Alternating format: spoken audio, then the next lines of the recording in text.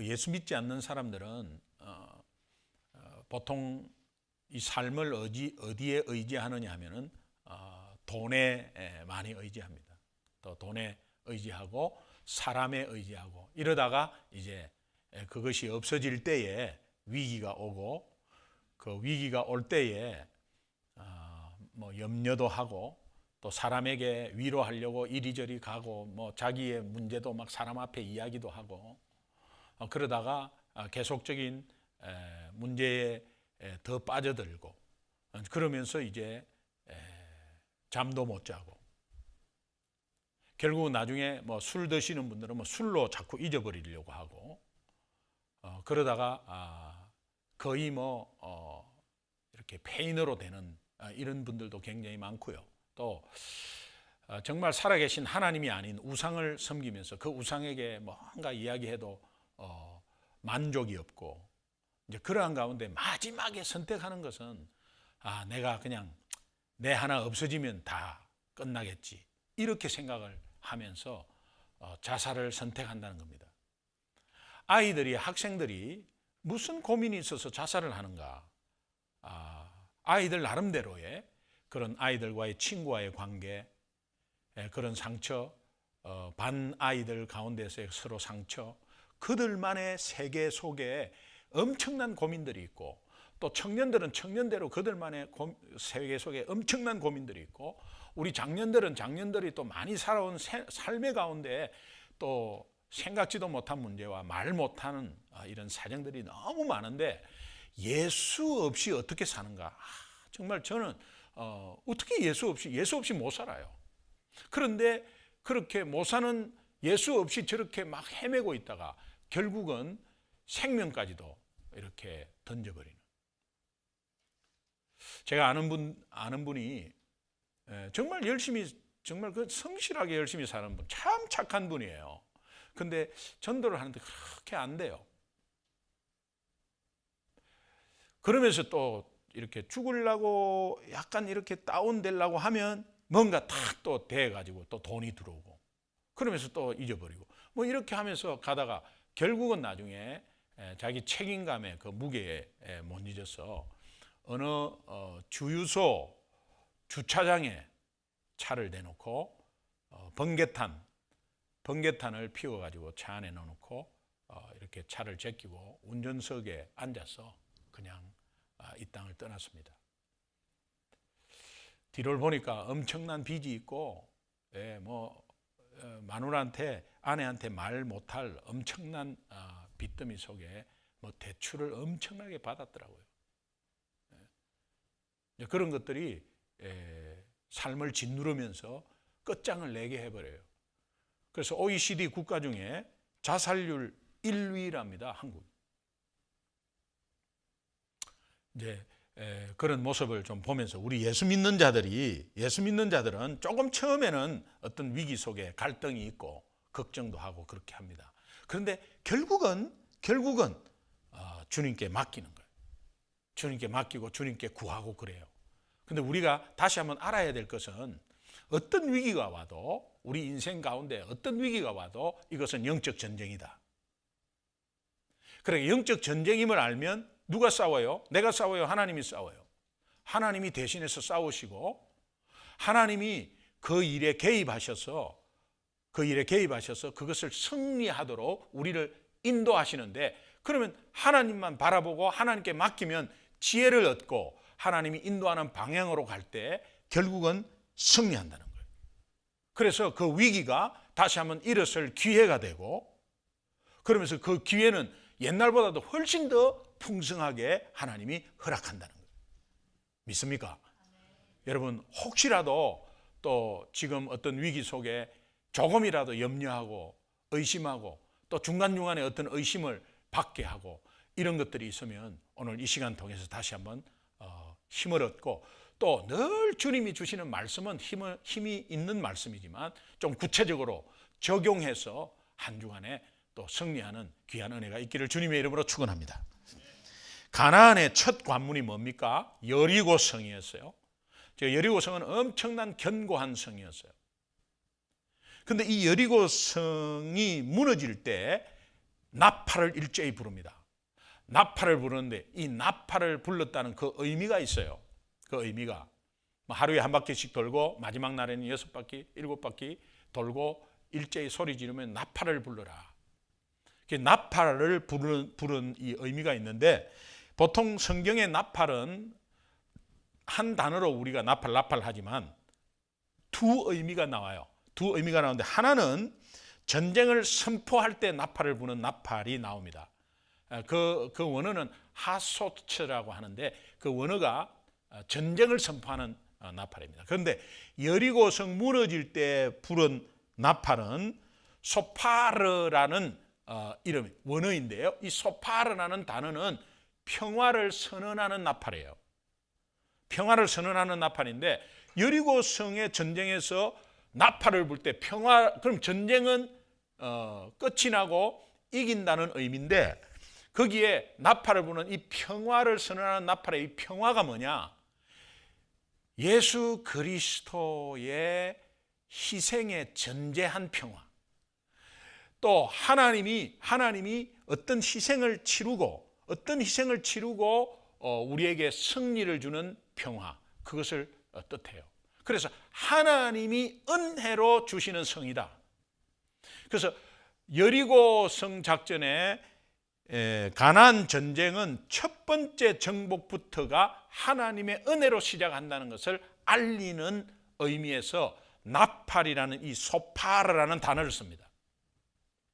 그러니까 이 여리고성이 그렇지만 가나안 정복 전쟁은 은혜의 전쟁이다. 영적 전쟁으로서 은혜의 전쟁이다. 어떤 민족 간의 어떤 물건을 탈취하고 그 다음에 민족을 말살시키고 다른 민족을 죽이고 하는 그런 힘의 전쟁이 아니라는 것을 우리가 알고 들어가야 됩니다. 우리의 인생도 마찬가지예요. 우리의 삶도 마찬가지예요. 우리의 삶의 전쟁은 모두가 영적 전쟁이에요. 영적 전쟁인데, 그 영적 전쟁이 어떠한 위기 속에서도, 어떠한 장애물 속에서도 영적 전쟁은 하나님이 하시죠. 하나님이 그 장애물을 넘게 하시고, 또 하나님이 어떠한 위기 가운데 그 위기를 기회로 만드시고, 그러면서 우리 인생을 인도하시면서 가나안으로 인도하시는 거예요. 그 속에 살고 있는 믿지 않는 사람들을 돌아오게 하는 도구로 하나님이 계속해서 영적 전쟁에서 승리하게 하는데, 우리의 마음은 뭐냐? 하나도 할 것이 없어요. 단지 이 전쟁은 영적 전쟁이다, 하나님께 맡기자, 이 믿음만 필요한 거예요. 참 이거 적용하기가 힘들어요. 이게 살면서 그 상황에 눈에 막 왔다 갔다 하니까. 아이가 공부 잘하고 못하고, 아이가 취직하고 모두 영적 전쟁입니다. 그러니까 우리 아이의 진로를 하나님께 맡기는 거죠. 인간적으로 막 이렇게 하고 저렇게 하고 하지 않죠. 그것은 내 힘만 빼는 거예요. 결국은 그것이 됐다고 했을 때 하나님이 되게 해주셨는데, 내가 그렇게 한다면 내 의가 드러나고 내 지식이 드러나고 내가 잘했다고 생각하고 교만이 싹트기 시작한다.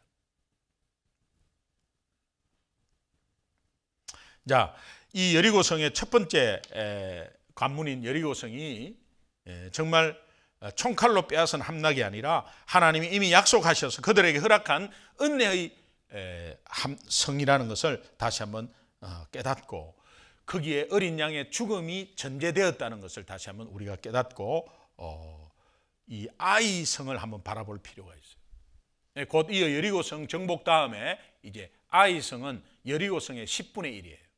굉장히 작은 성이에요. 저 어마어마한 큰 성을 함락했습니다. 엄청난 군사의 힘으로, 지략으로, 리더의 파워로 이겼다고 하면 10분의 1은 그거 아무것도 아니에요. 그런데 어마어마한 견고한 여리고성이 하나님의 은혜로 함락됐다면 작은 것도 은혜로 되는 것입니다. 오늘 우리의 삶은 조그만 것도, 감기 하나 낫는 것도, 또 내가 지금 평상시에는 루틴하게 계속해서 생활하는 그 하나하나도 하나님의 은혜인 줄 믿습니다. 이것을 여러분 인식하는 게 굉장히 중요하다니까요. 그게 영적 승리라니까요. 그거 인식 못하면 금방 넘어져 버려요. 아주 쉬운 것에서 넘어져 버려요. 굉장히 어려운 것에 하나님께 맡기고 쉬운 것은 뭐 그냥 대충 내가 해도 된다. 아닙니다. 하나님께 모든 것을 맡기는 게 굉장히 중요하거든요. 그 맡기는 의미를 또 나중에 말씀드리도록 하겠습니다. 이제 곧이어 여리고 성을 정복하고 이제 아이성 전투가 벌어지는데 오늘 7장 3절 말씀을 한번 보도록 하겠습니다. 같이 읽습니다. 시작. 여호수아에게로 돌아와 그에게 이르되 백성을 다 올라가게 하지 말고 2,3천 명만 올라가서 아이를 치게 하소서. 그들은 소수이니 모든 백성을 그리로 보내어 수고롭게 하지. 저기에 다 들어있어요. 아이성을 치러 가는데 2,3천 명만 보내면 된다. 그 이유는 그들은 소수다. 그리고 많은 사람을 보내서 수고롭게 하지만, 여러분 여리고성을 치는데 정복하는데 우리의 수고로 정복을 했다 이렇게 생각을 한 것입니다. 내 수고와 피땀으로 여러분의 삶이 이루어졌고 내 수고로 오늘 이까지 왔지, 내 가정이 그렇게 왔지, 내 수고가 아니면 당연히 여러분 수고가 있었습니다. 그러나 수고할 수 있도록 여건 환경과 건강을 누가 주셨어요? 하나님이 주셨어요. 여러분이 한 방에 가는 수가 있습니다. 또 어떠한 수고와 재산과 어떠한 사업이 엄청나게 파워 있게 나가도 내가 딱 심장이 멎어버리면 끝나는 것입니다. 생각지도 못하는 곳에, 예상치 못하는 시간에, 예상치 못한 곳에서 한순간에 아무것도 못 가지고 가는 게 죽음이거든요. 그런데 하나님이 나를 영원히 살려주신 것도 있지만 이곳까지 인도하신 것은 전적인 하나님의 은혜라고 생각을 할 때 거기에 힘의 논리가 적용이 되지 않습니다. 우리의 삶은 은혜의 논리로 가는 것입니다.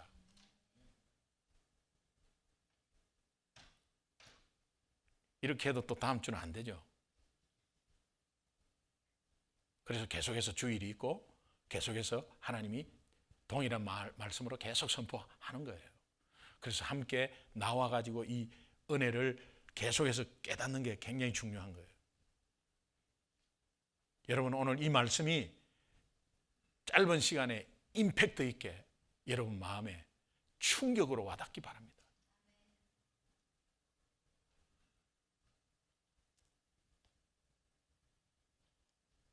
그들은 소수다. 숫자 싸움으로 생각한 거죠. 여러분 우리 교회를 자랑하는 게 아니에요. 또 우리 교회는 뭐 자랑할 것이 우리가 했어야 자랑하죠. 우리 교회가 인원이 별로 되지 않습니다. 어떤 분은 왜 목사님 설교를 왜 방송에 내지 않습니까? 그것 갖고 설교 듣고 오라는 이야기예요. 진정한 부흥은 여러분이 깨닫고 여러분이 삶 가운데서 불신자를 전도해야 되는 거예요. 여러분이 우리 교회를 소개해야 되는 거예요. 자신 있게. 그게 부흥이잖아요.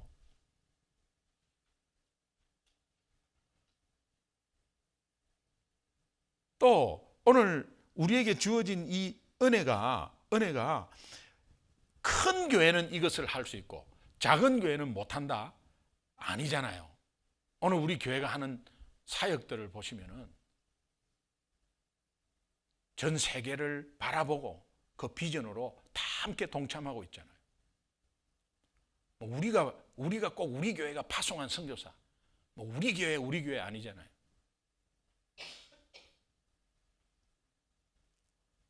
힘의 논리로 이해하는 순간, 해석하는 순간 이 우리가 예수 믿는 인생이라도 힘의 논리로 딱 적용하는 순간 백전백패예요.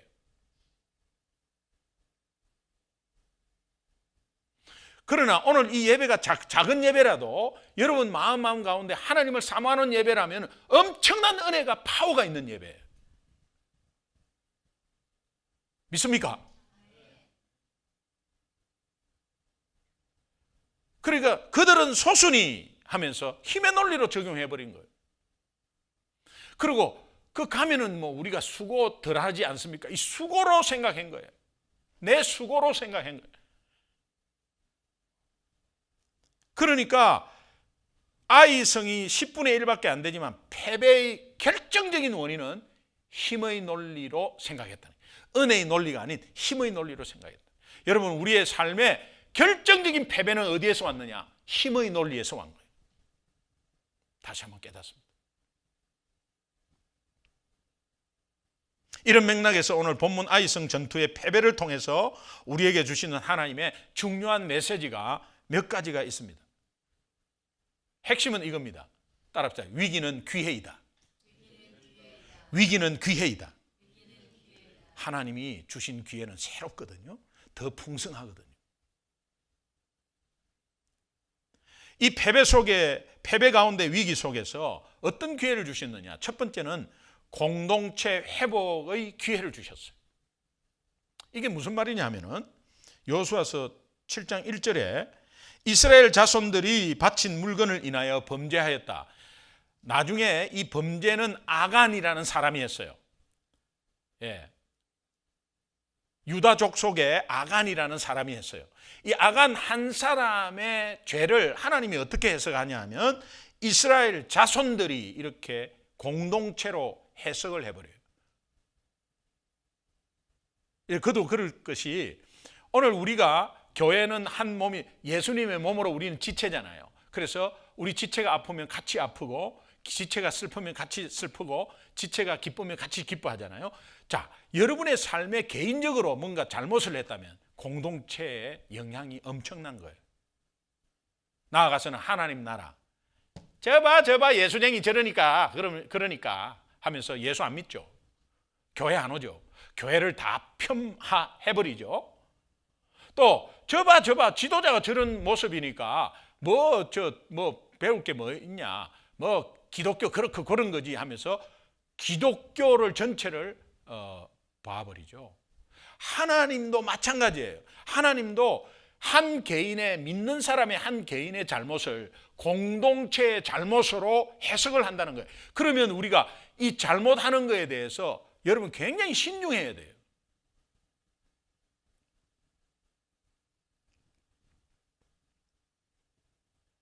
아간이 물건을 훔쳐갔는데 아간의 죄 때문에 이스라엘 전체가 수치를 당하고 결국은 참패를 공동체가 당한다는 것이 이게 얼마나 큰 죄인지 여러분이 다시 한번 이거 내가 내 혼자 각자 삶에 가면 혼자잖아요.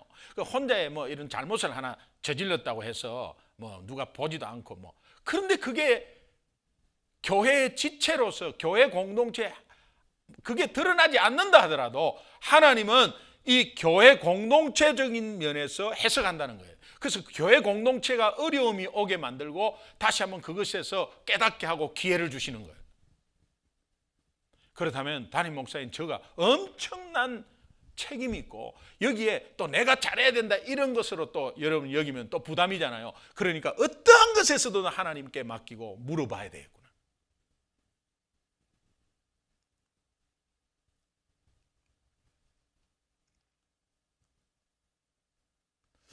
제가 사관학교 우리 특별 훈련을 받을 때 민간인이 됐다가 이제 사관생도가 되면은 그 특별훈련이 굉장히 센데 우리 동기 중에 별명이 빠삐온이라는 별명이 있는 동기가 있었어요. 왜냐니까 매 도망가는 거야.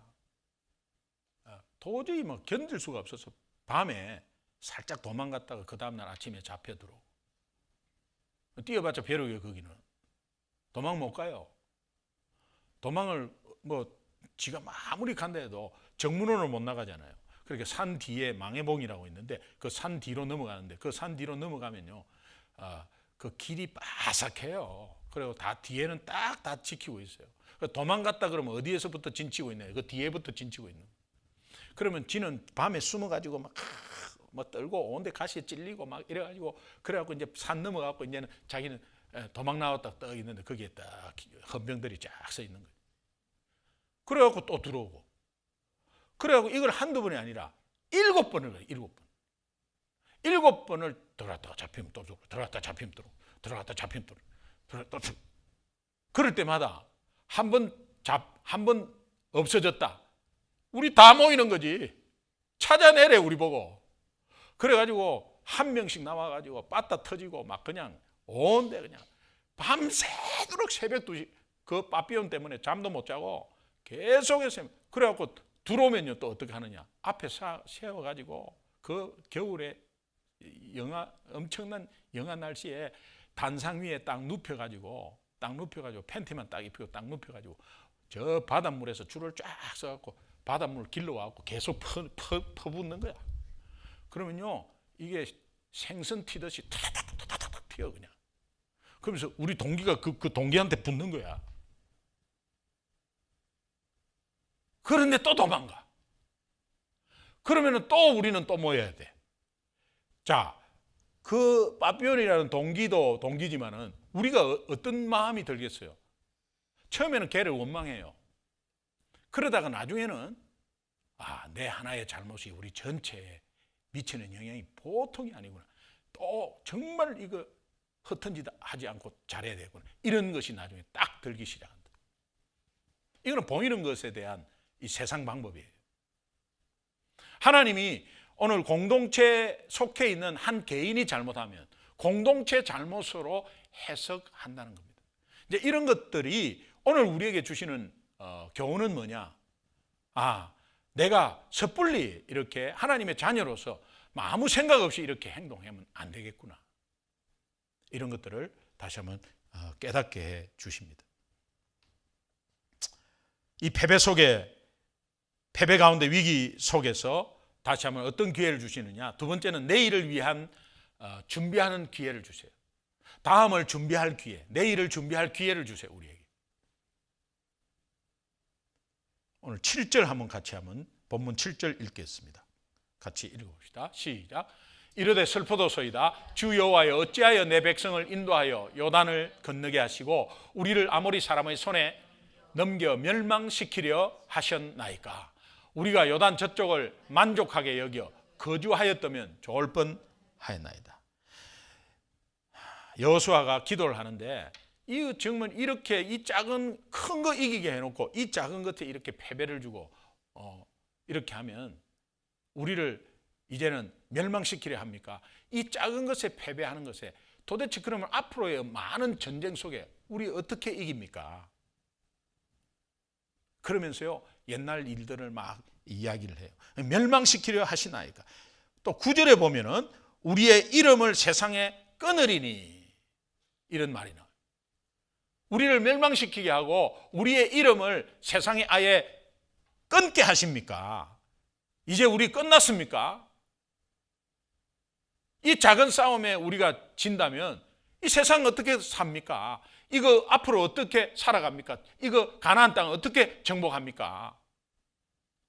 적용하면 사소한 문제나 큰 문제나 뭔가 자꾸 문제 앞에 있으면 이런 문제도 내가 해결을 못하면 내 세상 어떻게 삽니까? 이 미국 생활 어떻게 합니까? 이거 이런 작은 문제에도 내가 이게 정말 내 스스로가 정말 너무 믿고 이 작은 문제도 해결 못하는 내 자신의 능력이 너무 비참합니다. 하나님, 내가 하나님 자녀 맞습니까? 이거 이렇게 되는 거예요. 여호수아는 이 실패의 위기 경험하면서 가나안 정복은 물 건너 갔구나라는 생각을 잠시 했습니다. 이 다 끝난 것으로 본 것입니다.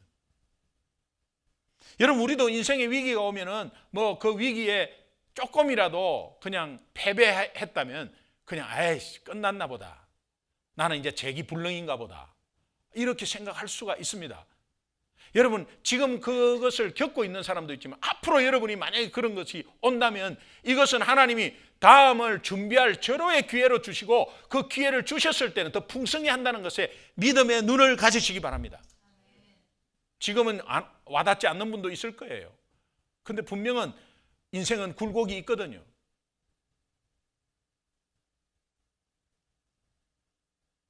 여호수아가 잊은 것은 영적 전쟁임을 잊은 것입니다.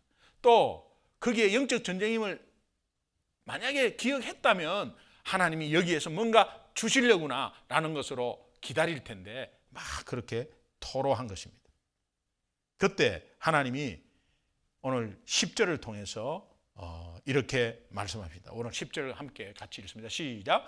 여호와께서 여호수아에게 이르시되 일어나라 어찌하여 이렇게 엎드렸느냐.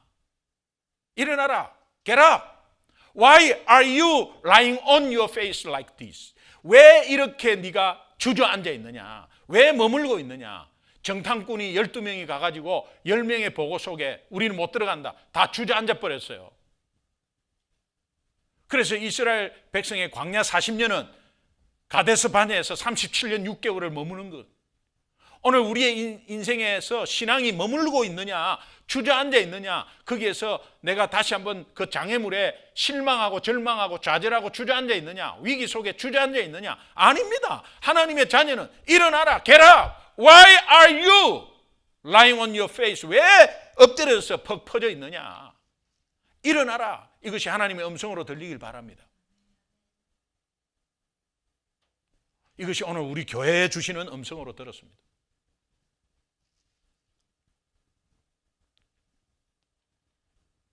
여러분, 예수님은 알몸으로 수치를 당하셨어요.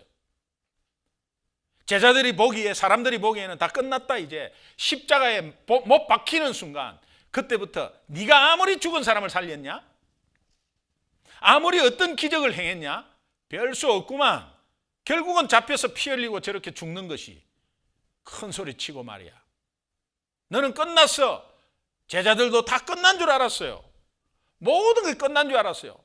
십자가의 실패는 결국은 위기가 오고 다 끝났다, 이렇게 생각했는데, 하나님은 그 십자가의 실패를 통해서 다시 한번 전 인류를 살리고 제자를 살리고 더 풍성히 하는 엄청난 다음을 위한 기회로 삼으셨어요.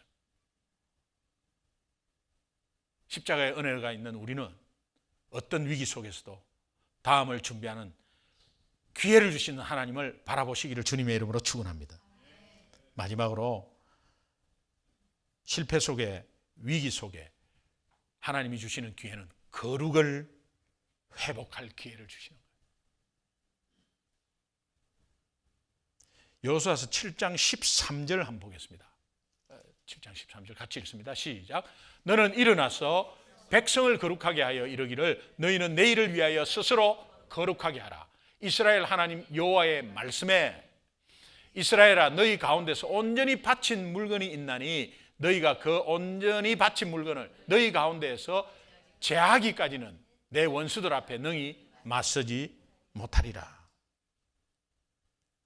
이 말씀은 너는 일어나서 백성을 거룩하게 해서 너희는 내일을 위해서 스스로 거룩하게 하라. 오늘 이 위기 앞에 내 거룩을 한번 돌아봐야 된다. 내 거룩은 똑바로 하고 나쁜 짓 하지 않고 이런 걸 말합니까? 그런 거에 접근하면 여러분 도덕적인 수준밖에 안 되는 거예요. 하나님의 복음의 수준은, 오늘 우리의 거룩은 십자가의 은혜라는 거예요. 예수 그리스도의 보혈의 능력이라는 거예요. 이거를 바라봐야 된다는 거예요.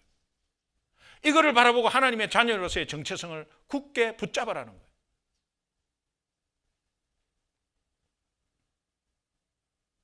그 실패 속에는 너희의 죄 문제가 분명히 있다. 오늘 우리의 실패 속에, 위기 속에는 분명히 내가 모르는 죄도 있을 것이고 내가 잘못한 죄가 있다. 다시 한번 돌아보면 십자가의 은혜로 그 죄를 다시 한번 사함받고 일어서라, 이 말이에요. 거룩을 회복하라는 거예요.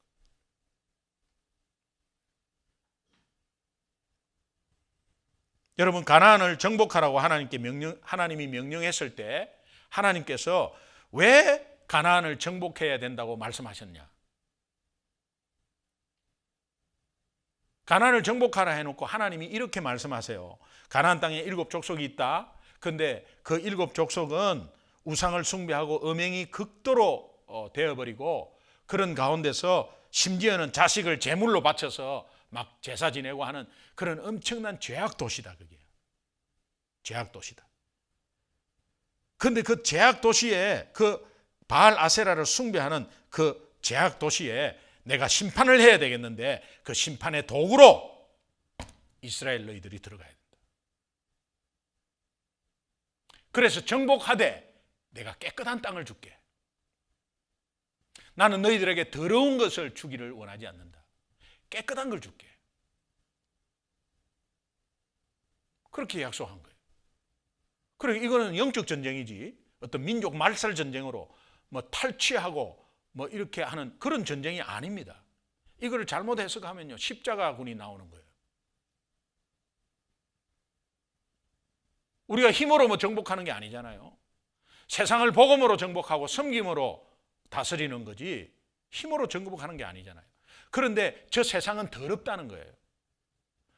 근데 우리가 세상 속에 살아야 된다는 거예요. 네가 가나안 땅에 들어가서 살아야 된다는 거예요.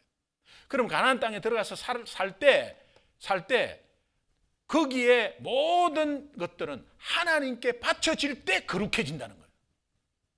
그러면 너희들 것이 된다는 거예요. 근데 바쳐지지 않고 너희들이 취해버리면 더러운 걸 취하게 된다는 거예요. 나는 더러운 것을 주기를 원치 않는다는 거예요. 무슨 뜻인지 아시겠어요?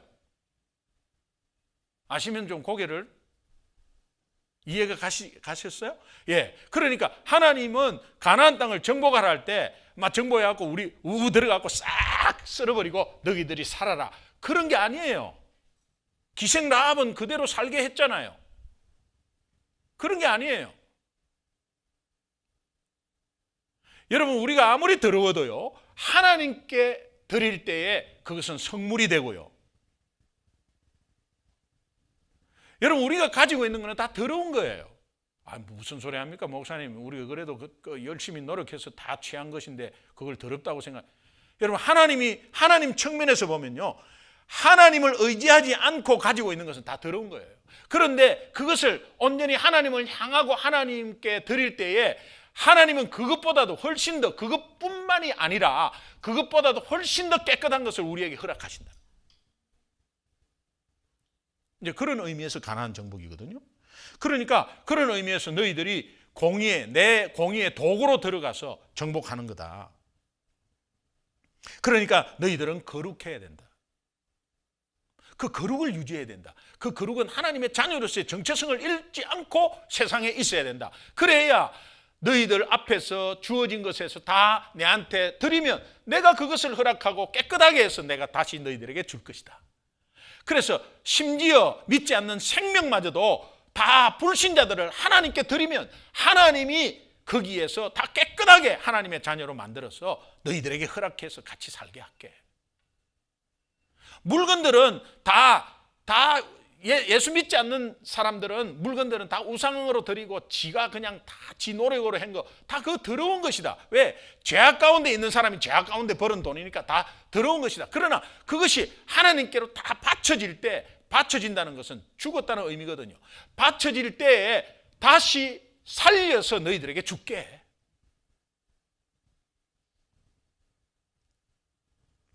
여호수아서 6장 17절 한번 보겠습니다. 같이 읽습니다. 시작. 이 성과 그 가운데 있는 모든 것은 여호와께 온전히 바치되 기생 라합과 그 집에 동거하는 자는 모두 살려주라. 이는 우리가 보낸 사자들을 그가 숨겨주. 저 말씀에 보면은 바치되, 여호와께 온전히 바치되, 또 뒤에는 살려주라. 이 의미가요, 반대되는 의미를 쓴 거예요. 반대되는 의미는 바치되 하는 것은 죽인 것을 말해요. 그러나 그 반대로 살려주라 이렇게 한 거예요.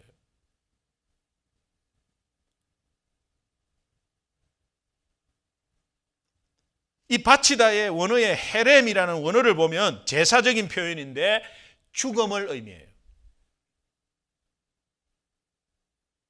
자, 오늘 우리가 죄악 가운데 있잖아요. 구약에서는 내 죄를 세하려면 어린 양을 죽여야 돼요. 그래서 제물로 바치는 거예요. 또 세상의 물건들은 생명이 아니잖아요. 근데 세상의 물건들은 다 더러운 거예요. 이미 죄악에 오염되어 있는 거예요. 그것을 바칠 때 성물이 되고 그 성물이 다시 한번 이스라엘 백성에게 돌아올 때 거룩한 물건이 되는 거예요.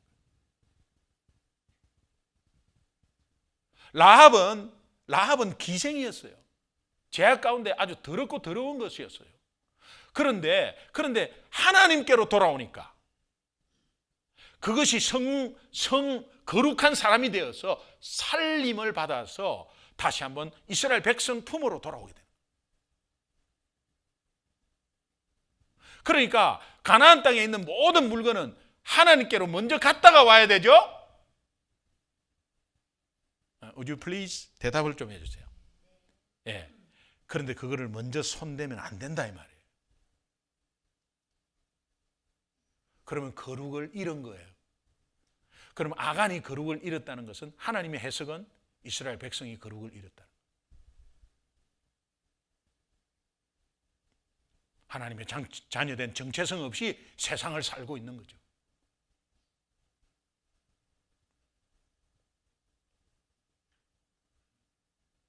거룩이라는 것은 구별됐다는 거 아니겠어요? 구별됐다는 거예요. 거룩은 구별됐다. 그러면 하나님 쪽을 향해서 구별할 때, 그때 거룩한 성물이 되고 거룩한 사람이 되고 그렇게 되는 거예요. 그 거룩하게 되는 과정 속에서는 예수 십자가의 피가 있었다는 것을 우리는 잊지 말고. 그러면 다시 한번 우리가 거룩을 회복하려면 어떻게 해야 되겠어요? 내가 가지고 있는 것들이 정말 하나님의 은혜로 들어왔다는 것을 확실히 믿고 하나님 쪽을 향해서 다 드린다는 그 마음이 있어야 되는 거예요. 그러면 그것이 다시 한번 돌아올 때는 더 풍성히 거룩한 것으로 돌아오고, 내 삶도 이미 내가 하나님의 자녀 됐다는 것은 더러운 죄인이었지만 하나님께 드려짐으로 십자가의 은혜로 다시 살아나서 거룩한 의인이 되었다는 거예요. 가나안 땅도 마찬가지라는 거예요. 그렇게 되기를 원한다, 하나님이. 그렇게 해서 너희들에게 주기를 원한다는 거예요. 그런데 너희들은 힘의 원리로 그 거룩을 잃어버리고 물건을 먼저 손대버리고, 그럴 때 아이성의 전투 10분의 1이라도 져버린다는 거예요. 오늘 우리 인생의 패배가 어디에서 오느냐?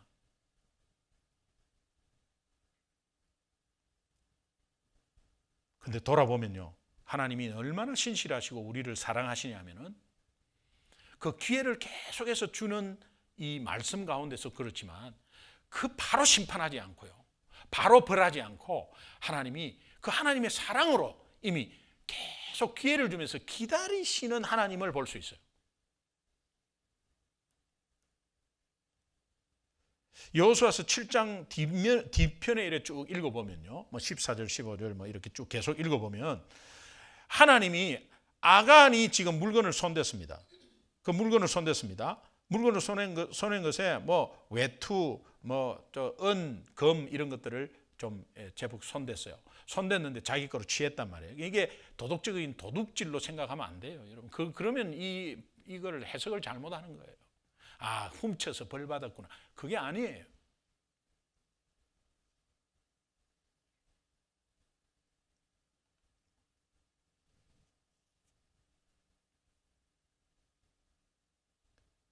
영적 전쟁이므로 모든 가나안 땅에 들어온 것이 더러운 채로 이스라엘에게 가면 안 된다 이 말이에요. 더러운 채로 간다는 것은 이미 죽은 것이고, 죽은 것은 부정한 것입니다. 그것을 만졌다는 것은 이미 거룩을 잃어버렸다는 거예요. 물건을 훔쳤다는 게 아니에요. 거룩을 잃어버렸다는 거예요. 여러분이 삶 가운데서 뭔가 잘못을 했잖아요. 그러면 그 잘못이 뭐가 있느냐? 거룩을 잃어버렸다는 거예요. 거룩을 잃어버렸기 때문에 잘못을 했다는 거예요. 하나님이 이렇게 해석을 하는 것입니다. 왜? 영적 싸움이기 때문에 그래요. 도덕적인 것이나 윤리적인 것으로 해석하지 않습니다.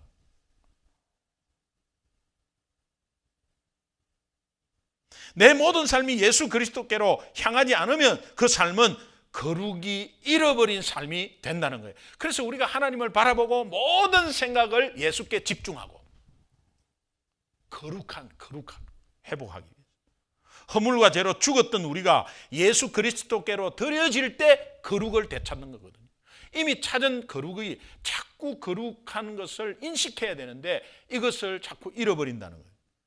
이 거룩이 내 노력과 내 땀과 내 수고와 내 헌신이 내 가정을 지탱하고 내 사업을 지탱하고 그렇게 오해하고 있다면 백전백패한다는 거예요. 여러분 꼭 귀담아 들으시기 바랍니다. 여러분의 노력과 힘과 지금까지 여러분이 굉장히 노력하고 막 성실하게 해서 내가 이만큼 일구었구나, 그렇게 생각하면 하나님의 자녀가 아니라는 거예요. 그 노력과 애쓴 것을 부정하는 것이 아니에요.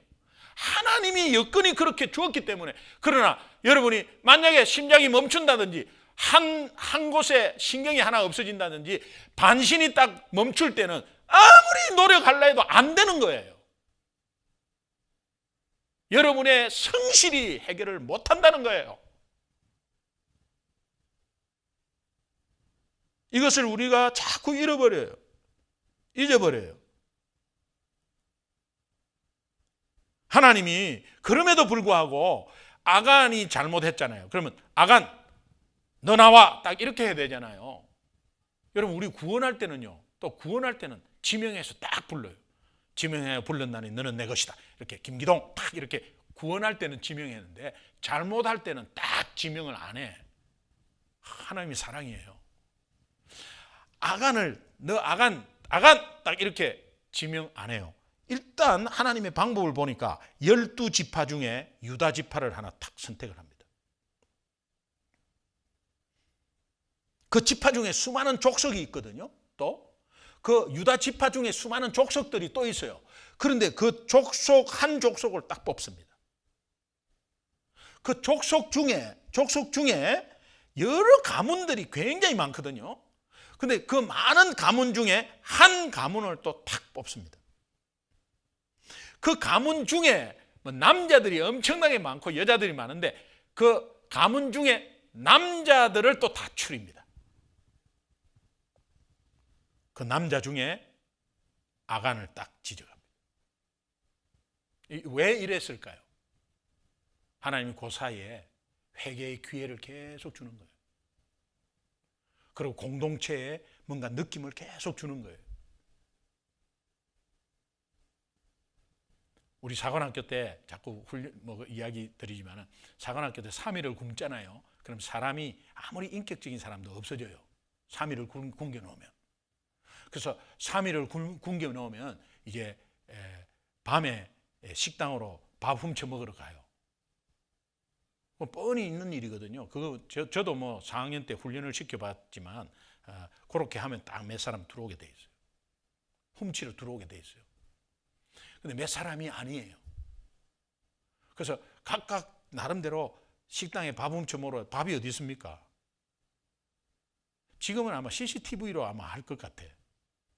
밥이 그러니까 그 씻겨놓은 그날 아침에 씻겨놓은 쌀을 훔쳐온다든지 아니면 그냥 아무것도 없으니까 마가린 그 버터 있잖아요. 버터 해가지고 버터 묵다가 설사하고 막. 근데 그거를 이렇게 호주머니에 숨겨와요. 그러면요 다 알고 있어요. 소대장들은 다 알고 있어요. 누가 갔는지를 다 알고 있어요. 그런데 딱 다 불러내. 새벽 2시에 팬티바람으로 또 다 불러내가지고 식당으로 밥 훔쳐 먹은 놈이 한 놈이 있다 이거예요. 나와라 하는데 그 나오는데 기다립니다. 기다리면 빨리 나오면은 용서해 주겠다고 그래요. 그러고 나서 10번을 세요.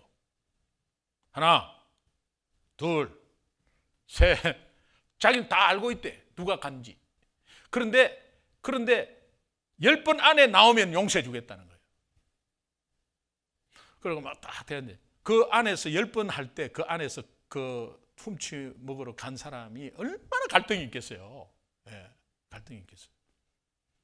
근데 실제로는 한 3사람 갔는데요. 3사람 간 거를 확인을 해서 이 소대장이. 그런데 그렇게 하니까 하니까요. 한 40명이 나와버려요. 동시에. 한 40명이 그냥 쫙 나와버려요. 40명이 갔다는 이야기. 그 사이에 그 10번 헤아리고 이렇게 처음에는 그냥 나오라고 하고 할 때 그때 아주 처음에 나온 사람이 만약에 있다면 그 진짜 바로 용서해 줘 버려요.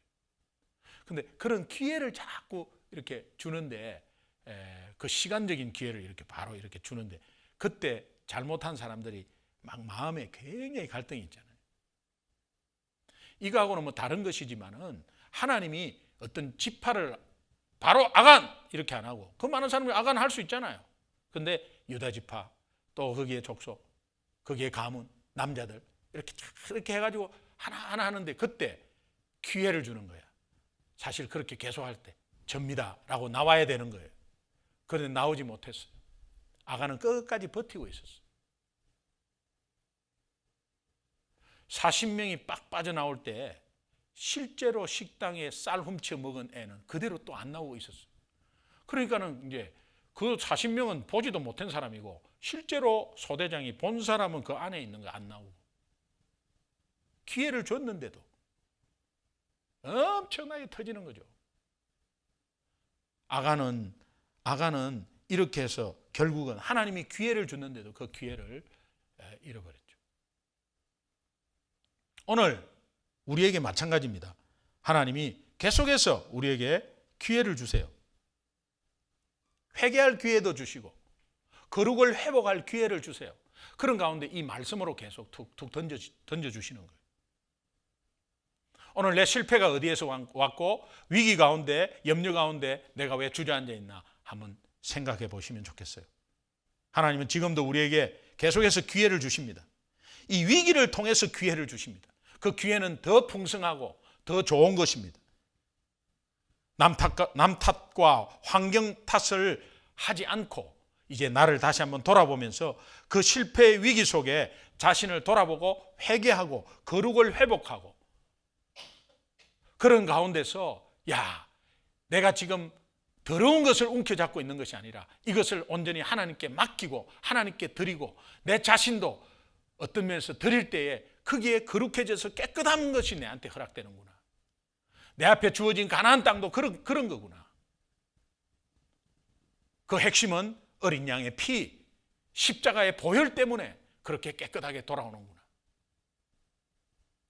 어떤 위기 속에, 좌절 속에 주저앉아 있는 여러분에게 하나님이 강력하게 말씀해 주시는 중요한 메시지입니다. 가정에서도 힘든 것이 있습니까? 사업적으로도 힘든 것이 있습니까? 그렇다면 여러분, 내가 공동체에 속해져 있는 이 공동체 의식을 회복하십시오.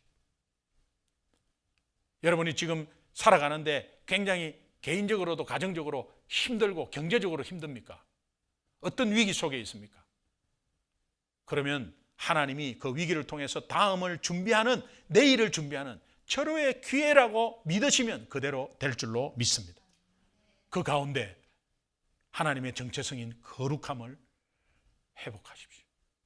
똑바로 하고 착한 일 하고 나쁜 짓 하지 마라, 이 뜻이 아니라는 것을, 윤리적으로 받아들이면 안 된다는 것을, 아간이 훔친 것을 도둑질로 생각하면 안 된다는 것을, 거룩한 것을 하나님께 먼저 드리고 그것이 깨끗해져서, 더러운 것이 하나님께로 향했을 때 깨끗해져서 내한테 돌아온다는 그 상황을, 가나안 땅 내 앞에 주어진 모든 삶도 마찬가지입니다. 그럴 때 백전 백성할 줄로 믿습니다. 함께 기도하겠습니다.